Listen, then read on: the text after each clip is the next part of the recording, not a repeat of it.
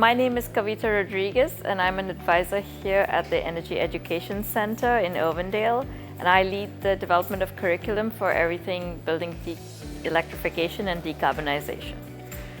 This is the Smart Energy Experience in which we showcase an all-electric home and also energy efficiency in building construction.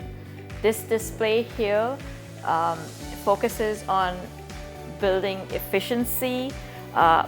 Energy efficiency is really important even as we're moving towards electrification, because having a really efficient building envelope leads to lower heating and cooling loads, and then that means smaller sized HVAC equipment, which is more economical to run.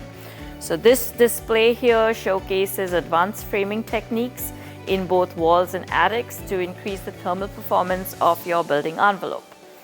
So we have different kinds of advanced framing techniques here and all the different types of insulation that achieves these high-performing walls and attics. So this electric home uses a heat pump HVAC system to both heat and cool the home. A heat pump technology is really what enables efficient electrification. A heat pump works in a way unlike a combustion piece of equipment, where instead of creating heat, it just moves heat from one place to the other. So in winter, it moves heat from outside the home to inside the home, and in summer, it takes heat from the home and it moves it outside. This piece of equipment basically has a compressor and it cycles refrigerant gas in through the home. This is the outdoor unit, and we have two indoor units, one in the ceiling here and one on the wall. And so these can be zoned differently and are really efficient. A heat pump can be at least 3 times as efficient as a gas furnace, and you could replace an air conditioner and a gas furnace with just one piece of equipment, which is that heat pump.